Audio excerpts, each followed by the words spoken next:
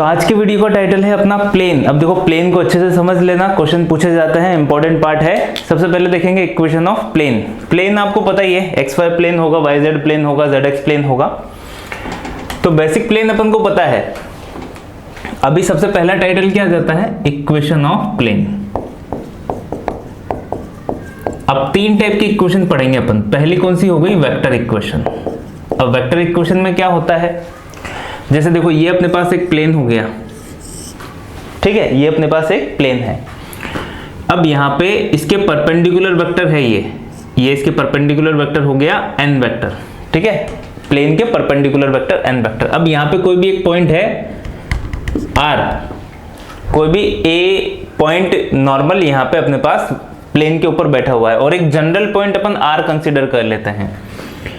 जैसे यहाँ पे मैंने ये वाला जो पॉइंट है ये मैंने r पॉइंट कंसीडर कर लिया, जनरल पॉइंट। आप ऐसा ले सकते हो। तो देखो अगर ये वाला पॉइंट a हुआ और ये वाला b हुआ, ये a हुआ और ये वाला पॉइंट b हुआ, तो यहाँ पे जो ये वाली लाइन होगी ना, तो इसको मैं पैरेलली यहाँ पे शिफ्ट करूंगा। ये इस प्लेन पे जो भी लाइन है, कोई से भी प्लेन ले लो, कोई से भी लाइन ले लो इस प्लेन पे, कोई से भी, तो जो भी लाइन होगी इस प्लेन पे वो हमेशा इसके तो परपेंडिकुलर ही होगी ना, मतलब ये n वेक्टर उसके परपेंडिकुलर ही होगा, क्योंकि जो n वेक्टर है ना वो प्लेन के ही परपेंडिकुलर है। तो प्लेन में कोई भी लाइन हो वो हमेशा क्या होगा, उससे 90 डिग्री का एंगल ही बनाएगा। तो मैं बोल सकता हूं, देखो ये अपन ने अज्यूम किया था ना, तो मैं यहाँ पे बोल सकता हूं कि AB vector dot n cap equals to n vector equals to 0, दोनों का डॉट प्रोडक्ट 0 होगा, cos 90 0 हो जाएगा। ए बी का मतलब क्या हुआ, b माइनस ए, मतलब r vector minus a vector, तो r vector minus a vector है ना, ये पोजीशन वेक्टर अपन ने r वेक्टर, इसका पोजीशन वेक्टर मैंने a वेक्टर लिया हुआ है, dot n vector equals to 0। Dot product को अपन अंदर मल्टीप्लाई करेंगे तो r vector dot n vector minus a vector dot n vector equals to 0। इसको उधर भेज दो, r vector dot n vector equals to a vector dot n vector. तो ये इक्वेशन ऑफ प्लेन निकल के आती है ना। और इसको अपन ने क्या बोल दिया, स्मॉल d बोल देते हैं अपन, इसको नया कांस्टेंट मान लेते हैं, क्योंकि a vector dot b vector एक कांस्टेंट ही होने वाला है। तो r vector dot n vector equals to d, है ना, ये कांस्टेंट है। सर ये कांस्टेंट नहीं है, यहाँ पे भी तो डॉट प्रोडक्ट हो रहा है, पर यहाँ पे r जो है ना वो वेरिएबल है, x y z general point लिया ना, जनरल पॉइंट तो अपना वेरिएबल होता है, तो ये जनरल पॉइंट जो है ना ये वेरिएबल है, इस वजह से इसको अपन कांस्टेंट नहीं मान सकते। तो ये अपने पास इक्वेशन ऑफ प्लेन निकल के आई है वेक्टर फॉर्म में, ठीक है। So this is our equation of plane in vector form, ठीक है। वेक्टर फॉर्म में इक्वेशन ऑफ प्लेन हो गई, समझ आई होगी आपको, काफी सिंपल से है। r vector dot n vector equals to d, r vector dot n vector equals to c। अब जो दूसरी इक्वेशन होती है ना वो हो जाती है अपने पास कार्टेशियन फॉर्म। कौन सा फॉर्म, कार्टेशियन फॉर्म। ये भी अपन देखेंगे। अगर देखो अगर r वेक्टर इक्वल्स टू इसके जो डायरेक्शन रेशियोज हैं वो x y z हो, और जो n वेक्टर है उसके direction ratios a b c हो, है ना, तो r vector dot n vector को मैं क्या करूंगा, वही क्या करते थे, x1 x2 plus y1 y2 plus z1 z2, या फिर a1 b1 a2 b2, है ना, डॉट प्रोडक्ट सीखा हुआ था अपन ने। तो r vector dot n vector कितना होगा, x को x से, तो ax plus by plus cz equals to d। तो ये दूसरी फॉर्म निकल के आ गई। कौन सी फॉर्म निकल के आई, कार्टेशियन फॉर्म। तो ये भी ध्यान रखना, कार्टेशियन फॉर्म भी इंपॉर्टेंट है, ax plus by plus cz equals to d। अब यहाँ पे ध्यान रखना, ये जो d है ना ये काफी मिस्टेक करता है स्टूडेंट्स की, क्योंकि पूरी क्वेश्चन में अपन वैसे जब क्वेश्चन सॉल्व करेंगे ना तो मैं अच्छे से एक्सप्लेन करूंगा, तो या तो d को पूरा इधर लेके सॉल्व करना या फिर इधर लेके सॉल्व करना, उस टाइप से सॉल्व करोगे तो कभी मिस्टेक नहीं होगी। तो ये दो फॉर्म आपको अच्छे से समझ आई होगी। अब तीसरी फॉर्म पे चलते हैं अपन, normal form, normal equation of plane, ठीक है। दिस इज अवर, ये रेयर है, बाकी याद रखना इंपॉर्टेंट भी है, क्वेश्चन पूछे जाते हैं यहां से सीधे।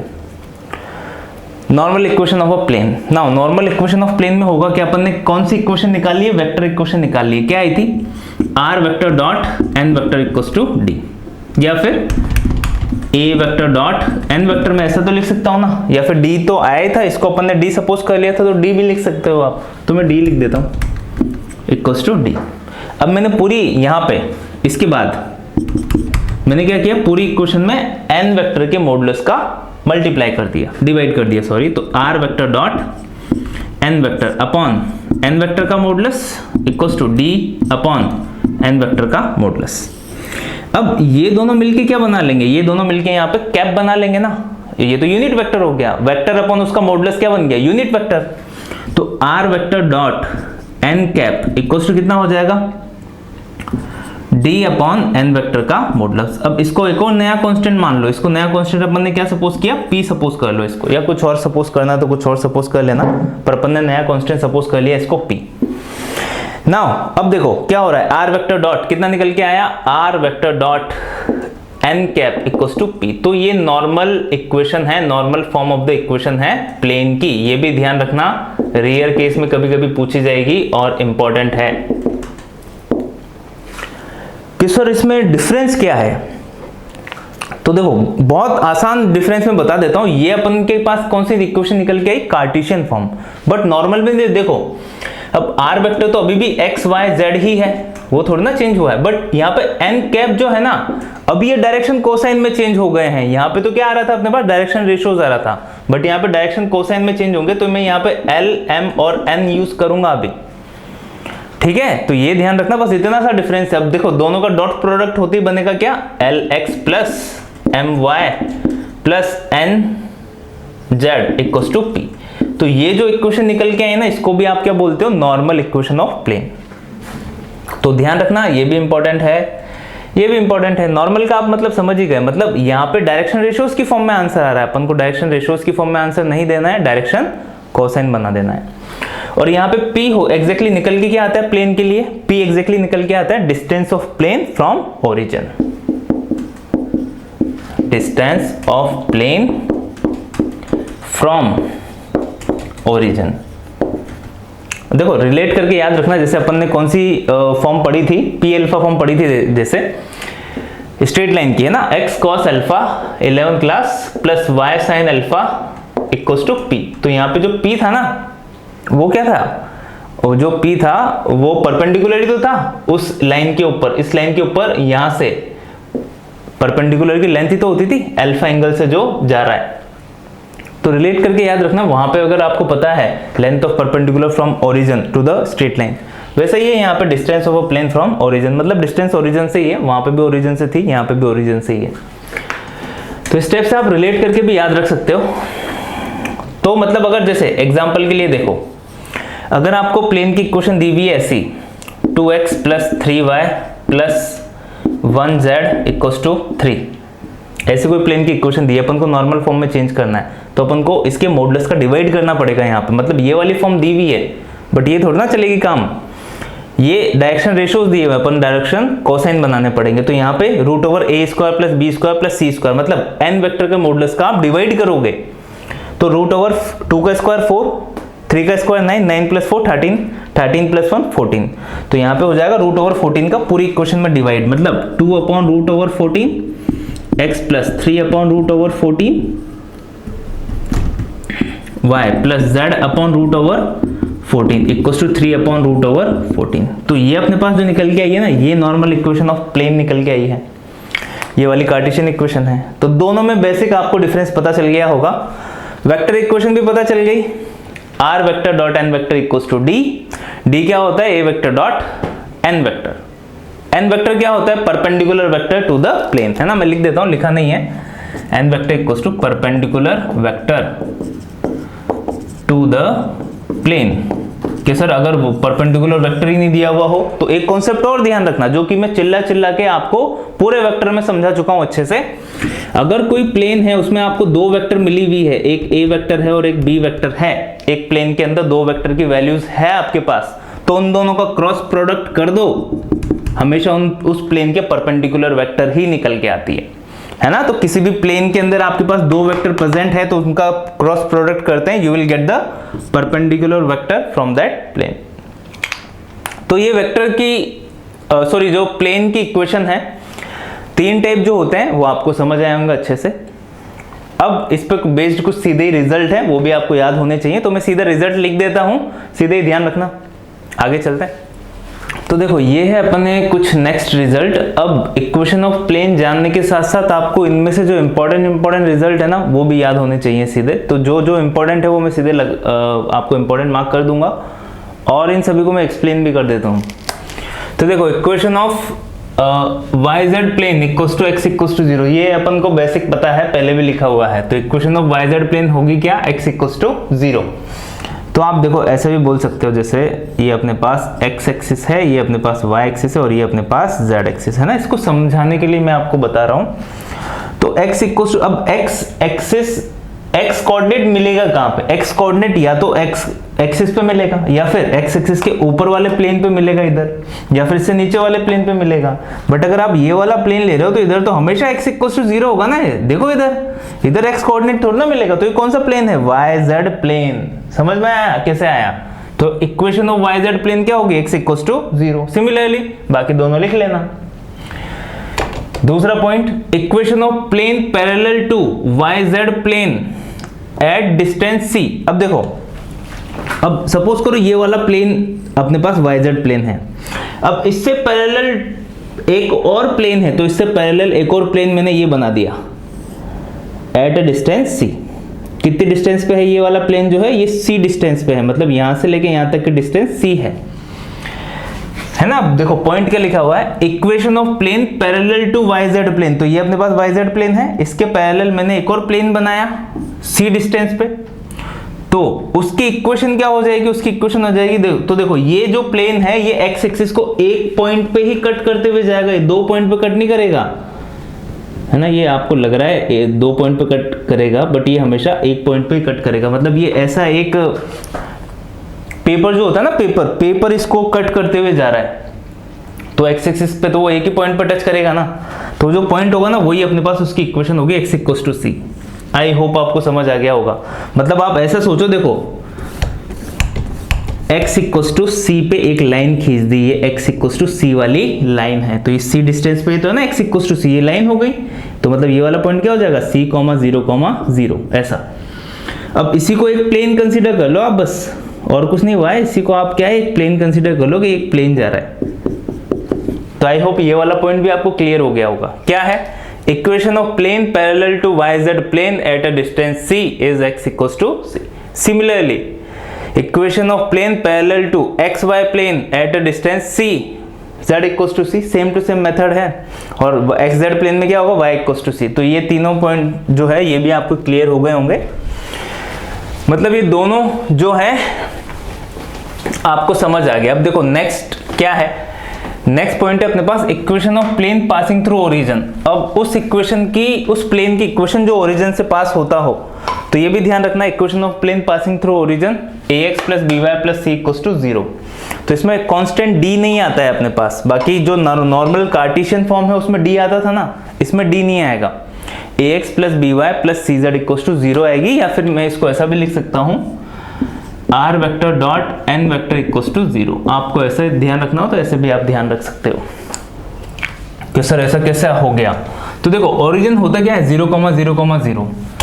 तो जब यहाँ पे x equals to y equals to z equals to 0 आ गया, तो 0 इक्वल्स टू 0 तभी तो होगा। अगर इधर d होता तो d इक्वल्स टू 0 आता, वो तो पॉसिबल ही नहीं है।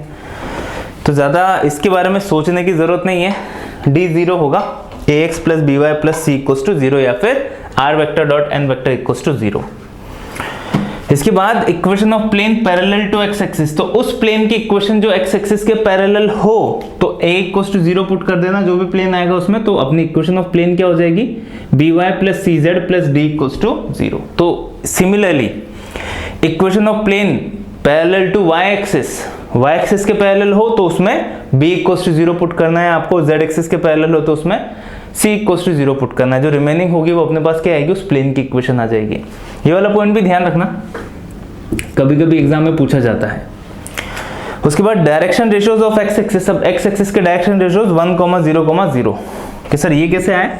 तो देखो ये अपने पास x एक्सिस है, ये y एक्सिस है और ये z एक्सिस है। तो कोई भी तो हो, इस वाली डायरेक्शन चाहिए अपने को, तो ये 1,0,0 हुआ, या फिर आप जरूरी नहीं है ये लिखो, आप ऐसा भी लिख सकते हो 3,0,0, क्योंकि डायरेक्शन रेशियोज क्या होते हैं, प्रोपोर्शनल नंबर होते हैं अपने डायरेक्शन कोसाइन के। तो प्रोपोर्शनल नंबर तो कुछ भी हो सकता है, 3,0,0 लिखो या फिर 5,0,0 लिखो, तो ये भी एक्स एक्सिस के डायरेक्शन को ही तो शो करेगा। जैसे यहाँ पे 6,0,0 हो गया, तो ये भी क्या एक्स एक्सिस के डायरेक्शन को ही शो करेगा।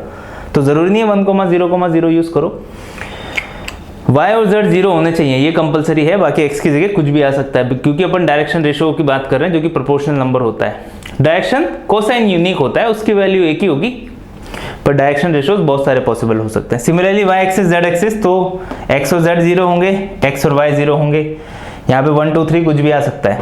समझ में आ गया होगा आपको। Equation of plane passing through point x1 y1 z1, तो उस प्लेन की इक्वेशन जो पॉइंट x1 y1 z1 से पास होती है, सीधे याद रखना a x minus x1 plus b y minus y1 plus c z minus z1 equals to d। Sir ये कैसे हुआ? तो सीधी इक्वेशन याद रखो, या फिर आप देखो इक्वेशन ऑफ प्लेन आपने कंसिडर कर ली, क्या ax plus by plus cz equals to d, ये मैंने इक्वेशन ऑफ प्लेन कंसिडर कर ली। अब ये जो इक्वेशन ऑफ प्लेन है ये x1 y1 z1 से सेटिस्फाई हो रही है ना। अगर x1 y1 z1 से सेटिस्फाई होगी तो कितना हो जाएगा, ax1 plus by1 plus cz1 equals to d, यही होगा। दोनों को सब्ट्रैक्ट करोगे आप यहाँ तक पहुंच जाओगे, दोनों प्लेन को सब्ट्रैक्ट करना, यू विल गेट यहाँ तक।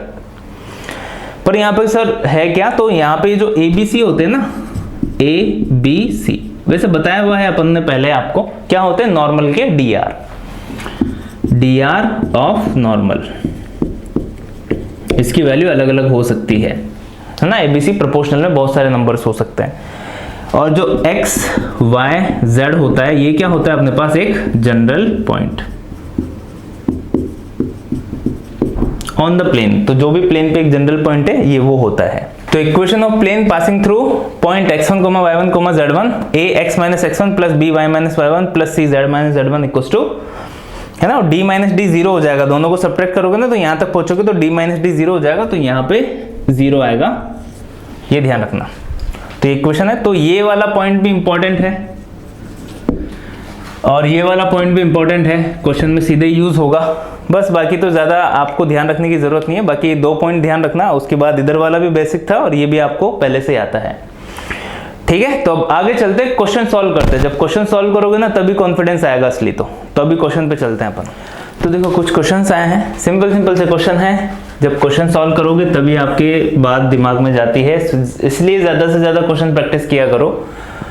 और उसमें मैं भी आपकी हेल्प करता हूँ। कम्युनिटी टैब में जाइए, वहाँ पे आपको DPPs के लिंक मिलते हैं, डेली अपडेट होते रहते हैं। डेली तो नहीं, मैं अपडेट करता ही रहता हूँ जब भी कोई नया चैप्टर चालू होता है। और मैं सफिशिएंट प्रैक्टिस पेपर्स अपलोड कर चुका हूँ मैक्सिमम चैप्टर्स के। अगर आपको किसी स्पेसिफिक चैप्टर का प्रैक्टिस पेपर चाहिए तो आप कमेंट में लिख दीजिएगा, वो भी मैं आपको प्रोवाइड कर दूंगा। फाइंड EOP का मतलब क्या है, equation of plane. Find equation of plane passing through, कहां से पास कर रहा है, 1, 0, -2 and perpendicular to the plane P1 and P2। तो वो प्लेन जो P1 एंड P2 के परपेंडिकुलर है। तो देखो नॉर्मल ऑफ प्लेन, तो normal of plane n vector कितना हो जाएगा, n1 क्रॉस n2। ये तो होगा, पहले वाले प्लेन क्या डायरेक्शन रेशियोज और दूसरे वाले प्लेन के डायरेक्शन रेशियोज को आप क्रॉस मल्टीप्लाई करोगे तो उन दोनों प्लेन के परपेंडिकुलर वेक्टर ही तो निकलेगी। वही तो उसने बोला कि परपेंडिकुलर टू द प्लेन्स हैं, तो अपन को एक प्लेन के परपेंडिकुलर वेक्टर ही तो चाहिए, तो बस मिल गई अपन को वो। तो n1 क्रॉस n2, तो i cap, j cap, k cap. ठीक है, पहले वाले का 2, 1, -1, 2, 1, -1।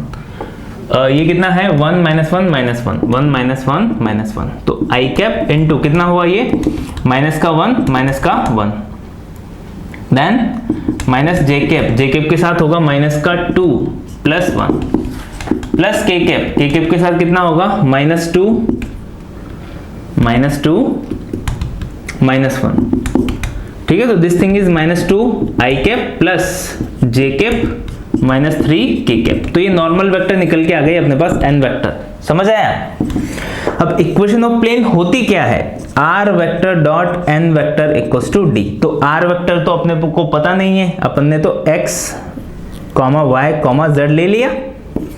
डॉट एन वेक्टर के डी आर आ गए, कितने हैं, -2, 1 और -3 equals to d vector, sorry equals to only d constant है तो अभी क्या करोगे आप, यहाँ पे दोनों का करोगे तो माइनस का 2x है ना, डॉट प्रोडक्ट किया और कुछ नहीं किया, plus y -3z equals to d. अब ये कहाँ से पास होता है, दिया हुआ है 1 0 -2 से पास होता है, तो यहाँ से इसको सेटिस्फाई करवा दो इससे, तो 1 पुट करोगे तो -2 + 0 और यहाँ पे माइनस का 2 पुट करते हैं, प्लस का 6 हो जाएगा इक्वल्स टू डी, मतलब डी की वैल्यू कितनी आ गई, 4। तो अब इक्वेशन ऑफ प्लेन कितनी हो जाएगी, माइनस का 2x + y -3z equals to 4। So this will be our final answer.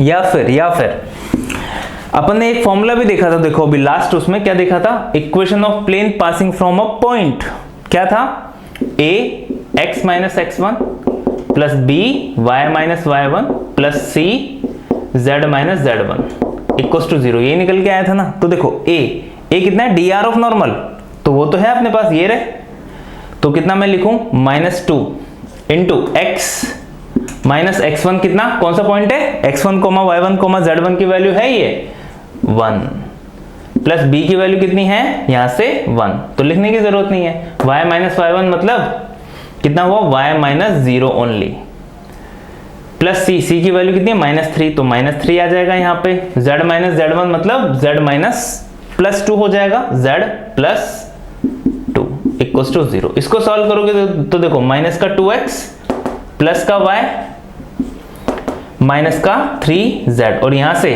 Plus का 2 और ये कितना हुआ, माइनस का 6 इक्वल्स टू 0। तो यहां से सॉल्व करके भी आप यहीं तक पहुंचोगे, तो कोई सा भी मेथड अप्लाई करो, you will get the same answer. तो ध्यान रखना, दोनों ही तरीके ध्यान रखना। आप ऐसा सपोज करके d की वैल्यू सेटिस्फाई करवा के भी निकाल सकते हो, या फिर आप ये भी अप्लाई कर सकते थे इसमें। तो ये तो आपको समझ आ गया, देखो अच्छे से। अब अपन चलते हैं नेक्स्ट।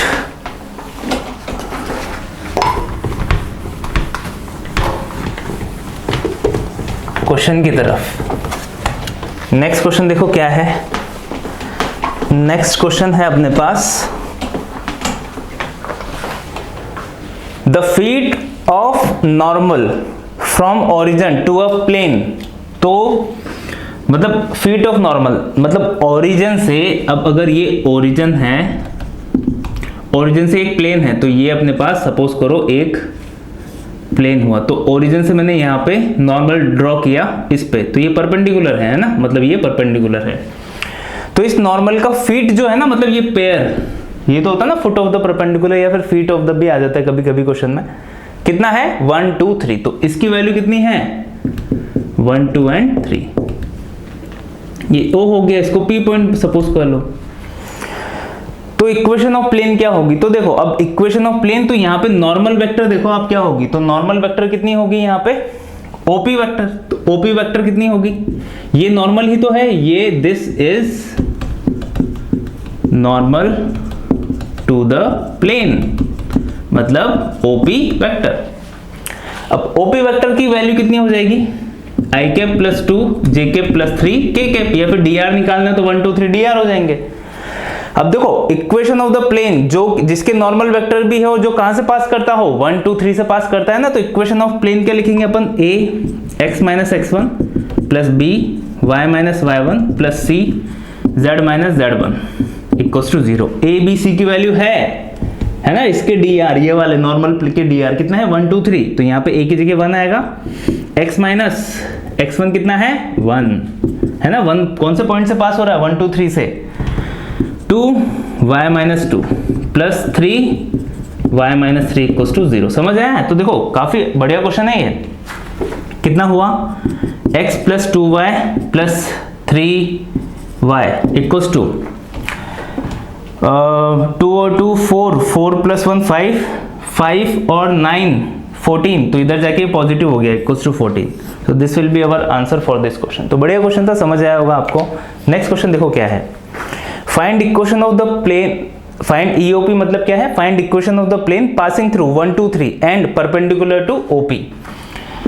तो ये P ही है, P 1 2 3। तो उस इक्वेशन की उस प्लेन की इक्वेशन बताओ जो कि पास होती है P123 से और परपेंडिकुलर है OP से। अब देखो ये दोनों सेम ही क्वेश्चन है, कहां से पास होती है? अब देखो दोनों की लैंग्वेज में इतना डिफरेंस है कि अपन को लगता है कि ये दूसरा क्वेश्चन है, नया क्वेश्चन है। नहीं, दोनों सेम क्वेश्चन है। अब मैं फिर से क्वेश्चन पढ़ रहा हूं। Find equation of the plane passing through 1 2 3, 1 2 3 से पास होता है एंड परपेंडिकुलर टू OP, ये जो OP है ना इसके परपेंडिकुलर है प्लेन। तो यही तो प्लेन की इक्वेशन निकालनी है ना अपन को। तो सेम क्वेश्चन है, पॉइंट भी सेम है। अगर उसमें पॉइंट की वैल्यू कुछ और दी हुई होती ना तो अपन को सॉल्व करना पड़ता, बट ये सेम टू सेम ही है। तो क्वेश्चन 2 और 3 का आंसर सेम टू सेम रहेगा, बट देखो लैंग्वेज में डिफरेंस है। ये वाली लैंग्वेज थोड़ी सी ज्यादा डिफिकल्ट थी, पहली वाली। सेकंड वाली आसान है, बट यहाँ पे क्वेश्चन में लिखा हुआ होगा where O belongs to origin, ऐसा नहीं है वो नहीं लिखा हुआ होगा। आगे होगा समझ। नेक्स्ट क्वेश्चन पे देखो, find equation of plane which is at distance of 4 from origin. तो प्लेन की ओरिजिन से डिस्टेंस 4 है। तो देखो अपन ने normal form of the plane पढ़ी थी, तो उसमें P की वैल्यू कितनी हो गई? 4। Distance of plane from origin तो वो 4 दी हुई है। नॉर्मल फॉर्म में प्लेन की इक्वेशन क्या पढ़ी थी? R vector dot n cap आता था इक्वल्स टू P, याद आ गई? या फिर कार्टेशियन, मतलब आप x और y के फॉर्म में लिखना चाहें तो क्या आता था? Lx plus my plus nz equals to P। दोनों में से कोई सी भी ध्यान रखो। L M N क्या है? यहाँ पे डायरेक्शन कोसाइन होते हैं, ये ध्यान रखना। From origin this is a normal to the plane. तो नॉर्मल टू द प्लेन दिया हुआ है, जो n वेक्टर है ना वो कितना है? 2i कैप माइनस का j कैप प्लस का 2k कैप। तो ये n वेक्टर है, बट अपन को क्या यूज करना है? n कैप यूज करना है। तो n कैप की वैल्यू क्या होगी? इसका डिवाइड लगेगा, तो रूट ओवर 2 का स्क्वायर 4 प्लस 4 8 प्लस 1 9, तो 3 का डिवाइड होगा, मतलब 2i कैप अपॉन 3 माइनस का j cap upon 3 plus 2 upon 3 k cap. समझ आ गया होगा आपको क्या हुआ? n कैप की वैल्यू अपनी आ गई, फाइंड आउट हो गई। तो अब इक्वेशन ऑफ प्लेन क्या हो जाएगी? इक्वेशन ऑफ प्लेन हो जाएगी, क्या पूछा था अपन से? Find equation of plane. तो इक्वेशन ऑफ प्लेन आ गई है, मतलब r वेक्टर। अब r वेक्टर की वैल्यू, r तो नॉर्मल प्लेन होता है ना, नॉर्मल पॉइंट होता है ना, तो r वेक्टर की वैल्यू में क्या लूंगा? x y z dot dot कितना हो जाएगा यहाँ पे? ये हो जाएगा n कैप यूज करेंगे तो ये वाले यूज करने पड़ेंगे 2/3 1/3 और 2/3। ठीक है, ये डॉट प्रोडक्ट हुआ इक्वल्स टू P। P की वैल्यू दी हुई है क्वेश्चन में, distance of a plane from origin, वो कितनी है? 4। अब देखो अगर आपको ये वाली फॉर्म पता नहीं है या फिर ये आपने नहीं पढ़ी हुई तो दिक्कत होगी आपको। डायरेक्ट वैल्यू पुट करेंगे तो काफी आसान हो जाता है ये क्वेश्चन। बस अब तो कुछ नहीं करना, 2x अपॉन 3 माइनस का y/3 plus 2z upon 3 equals to 4। LCM ले लेना, you will get the final answer. तो ये भी समझ आ गया होगा आपको। नेक्स्ट क्वेश्चन की तरफ देखो। तो जो नेक्स्ट क्वेश्चन है वो क्या बोल रहा है?